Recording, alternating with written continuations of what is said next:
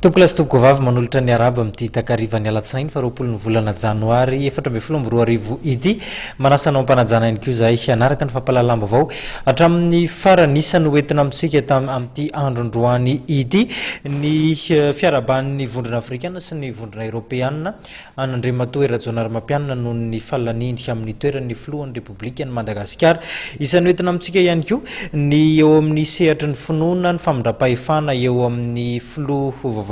intantana indray ny fiombonana ny fiangonana kristianina eto Madagasikara na ny FFKM ny akony zavantranga tany Mahajanga-tany ny fangatahan'ireo olobe manoloana ny fahafatesan'ny mpianatra tao amin'ny université ny Mahajanga satsony ny hoentina amintsika ihany ireo faraka nefa nambara teo dia manasanao aloha anaraka ny fampalalam-baovao hatramin'ny farany ny vondrona eropeanina sy ny vondrona afrikanina dia samy niaraba nandriamatoa erajonary-mampianina avokoa tamin'ny nalan'iny ho amin'ny toeran'ny filoham-pirenena eto Madagasikara akoatr'izay nisy ny afatra izay noentina izy ireo.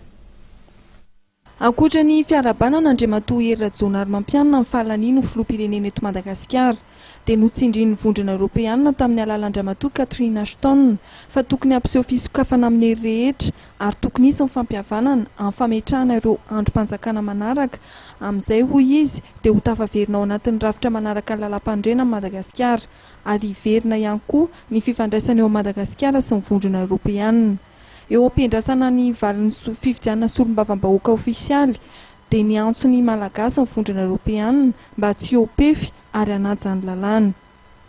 Ny vondrona afrikanina ihany koa dia niarapan'andriamatoa erajonary-mampianina amin'ny fahalaniny ho filoham-pirenena ary laza Ramatoa Dlamini Zuma filohan'ny voameran'ny vondrona afrikanina fa mety ho tafaverina ao anatin'ny vondrona afrikanina Madagasikara taoriana voafidy ny filoham-pirenena ka ho voasa amin'ny fivorimben'ny vondrona afrikanina izay ataony 20 aprily ao Tanzania ao Dar es Salaam. Miantso ny fanankaviam-be raisam-pirenena amin'ny vondrona afrikanina mba hanampy an'i Madagasikara amin'ny fanarenana ny firenena sy amin'ny fampihavanana.